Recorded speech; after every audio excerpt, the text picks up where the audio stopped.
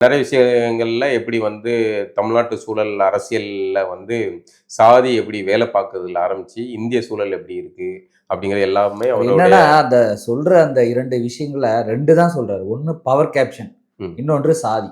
ம், சாதி தான் பவர் வச்சுட்டு இருக்குது ம். அப்படின்றத அவ்வளவு அழகா தெளிவா அத விளக்கி சொல்லியிருக்காரு. சாதிக்கும் அதிகாரத்துக்கும் தொடர்பு இருக்கு.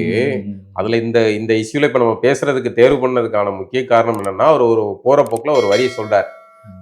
ஒரு சில நிமிட உரையாடல்லாம் வருது அது.